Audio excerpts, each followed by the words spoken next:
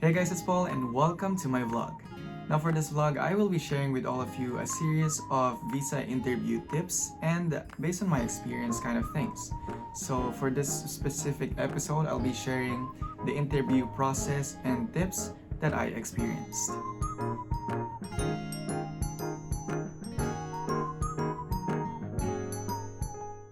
And for those of you who are new to my channel, I just want to say welcome. Welcome. Most of the videos that I do are travel, nursing, and random vlogs. And for those of you who have been following me since I first uploaded a vlog, thank you for patiently waiting. Thank you for staying. I know it's been a couple of months since I last uploaded a full vlog. It's just that life here in the US has been very busy when it comes to work-life balance. That's why I haven't been very active in social media. But anyway, we will find a way to be back on track again. And without further ado, let's start with this vlog. So for this vlog, we will be dividing it into 3 parts, which is the before, during, and after interview process. Let's start first with the before. Now, before your scheduled interview at the embassy, you really have to prepare all your things, the documents, and make sure that you have all the requirements that is really needed before your interview process. You have to make sure that you have your paper that says you're scheduled for the embassy interview from NVC, or a letter from NVC saying that you have a scheduled interview sent to you, to your family, or to your lawyer. Next one is to make sure that you are done with your medical exam at St. Luke's. Now for your St. Luke's medical exam procedure and process, I will be creating a different vlog for that one, so you might want to check out my channel again for that one. Aside from your NVC letter that says that you are scheduled for a visa interview, and your medical exam at St. Luke's that is supposed to be done already before your scheduled interview, you also have to be sure that you have already selected or made your visa courier, which is LBC. You also have to make sure that you have selected your choice of delivery for your visa after the interview once you got approved. So for this one, our visa courier or partner of US Embassy is the LBC. Now with the LBC, you have 2 options for that one. It's either you pick a location that you can just pick up your passport, or you can also choose to have it delivered in your home. But for me, I chose a part where I'll just pick it up at the nearest location near me, just to make sure that I'll get it. I don't know, it's weird. I just hate waiting. But it might not be the option for some, because for some people, they don't want hassle, so they just want to keep waiting. But for me, I don't really like waiting, so I just decided to pick it up myself and just to make sure that I get it. And when everything is settled and ready for the before interview process, let us now proceed to the during, which is your current interview date or the day that you're gonna have your interview schedule. Now during your interview schedule, you have to consider things such as your transpo, your time of schedule, and then your anxiety before your schedule. But most importantly, what time is your schedule? For example, in my case, my schedule was around 8:30 or 8 o'clock. And then I made sure that I'll be there an hour before the schedule. Because the thing with US Embassy is they won't let you in unless it's like 30 minutes before your schedule. So for the remaining hours, if masyado kang maaga dun, or you're too early for your schedule, you'll just be waiting outside and they won't even let you in. So it will be just like a waiting game for you. And I know some people doesn't like waiting, so if you don't want to wait, be there at least an hour before your schedule only, not too early. You must also remember that you are not allowed to bring phone or any gadgets during your visa interview, or else they will ask you to leave it outside. If you don't have anyone with you during your interview, then you would have to ask someone to look at your things, and you might even have to pay them. Some people ask for 500 pesos just to look at your things or deposit your item to them, and then they'll take care of it for you. But it's not a scam, but in a way, it's kind of crazy that you have to pay that amount of money. And some people even ask for like 1,000 peso for you to pay just to hold your phone until you finish your interview, and then they'll give it back to you at the end of your interview, and then you have to give the money. It's crazy. So if you don't want to pay that amount of money or even higher than that amount of money, then better not to bring your phone or have someone with you during your interview so that you can hand over your gadgets to them to look after for you. So basically, if you don't want any hassle, just don't bring any gadgets. Just bring your money, your interview papers, the requirements, the documents, and yourself.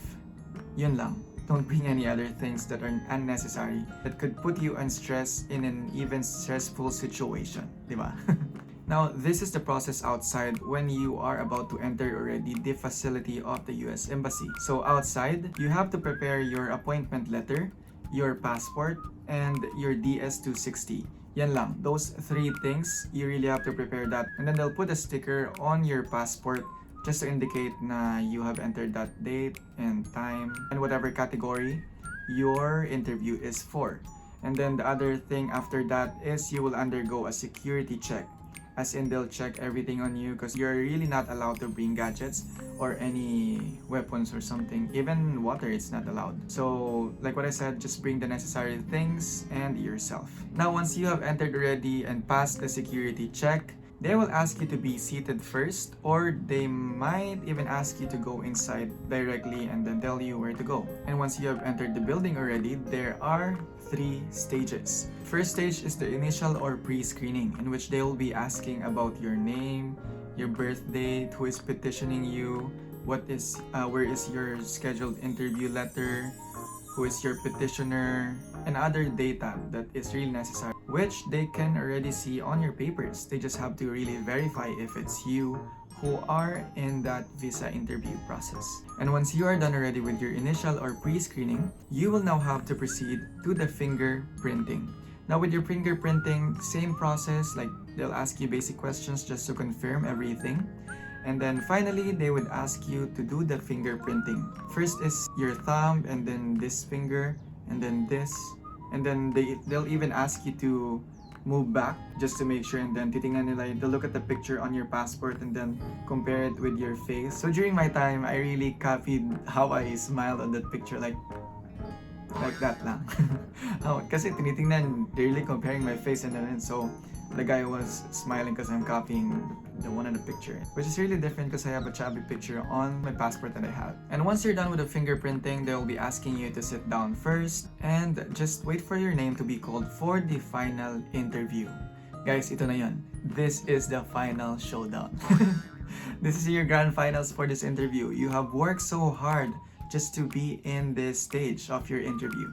So for this final interview, I think I have waited for 30 minutes or less than 30 minutes.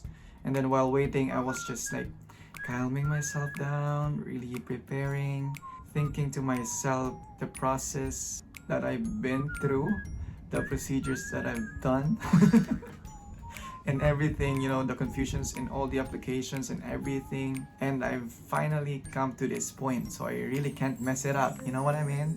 Don't mess it up like that. So when it's already my time for the interview, I just really calm myself down, and then I said to myself, I don't think they have a reason to fail me. Yeah, as long as you know the reason or the purpose of your visa, who is petitioning you, your basic details, and then everything that you put in there, your family details, your petitioner's details, their tax and everything. As long as you have prepared all of the things that you have for the necessary materials, then nothing should go wrong. And now here comes my interview. So during my interview, the first thing that I did was to say, "Hi, good morning. How are you doing?" Like that. Like that. You really have to like lift up the mood, set up the mood. You know, you have to start on something para you won't get anxious on the current situation, di ba? Make it feel light for both of you. And so the interviewer also replied with, of course, good morning, and then she continued with asking me my personal details. And then after that, who's your petitioner? What is your address? And then she even asked me about my tourist visa before, which I have prior to getting my visa interview for my family immigrant visa.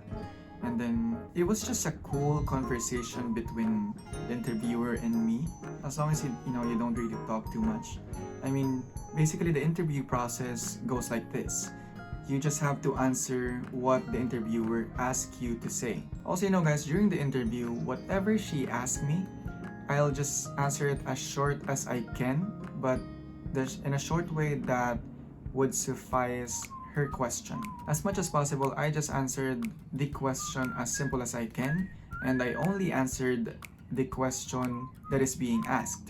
I didn't give too much information, but I also didn't give less than what is expected. So it's just like that. The rule with the interview is to not give out so much information that is not really necessary when you are asked. And so my interview part was kind of like less than 5 minutes. And after like less than 5 minutes, she already asked me if I already have set up my courier, which is the LBC that I was talking about earlier. Like if you wanted to be picked up at the nearest LBC location near you, or you wanted to be delivered at home. So at that point, I already knew that I was already approved because she was asking me that part already. And I just said, oh yes, I already set it up, and then I'm just gonna pick it up, something like that. And then she's like, oh, okay then, I think you're all set. Congratulations and welcome to the USA. Ganyan niya. And at that point, I feel like I wanna jump and I wanna shout and be crazy, but I can't kasi I'm inside the embassy and everybody there waiting is looking at you and then waiting for their own turn while you're really happy deep inside. So I was just like, oh, thank you so much. Have a nice day. Take care. Ganyan. Ganun ko. And then when I was so excited, as in talagang when I walked back into the entrance where I went, kasi magkatabi lang entrance exit. So as in yung lakad ko talaga, ganun lang. Okay na ako. Oh, mabalik na ako sa US.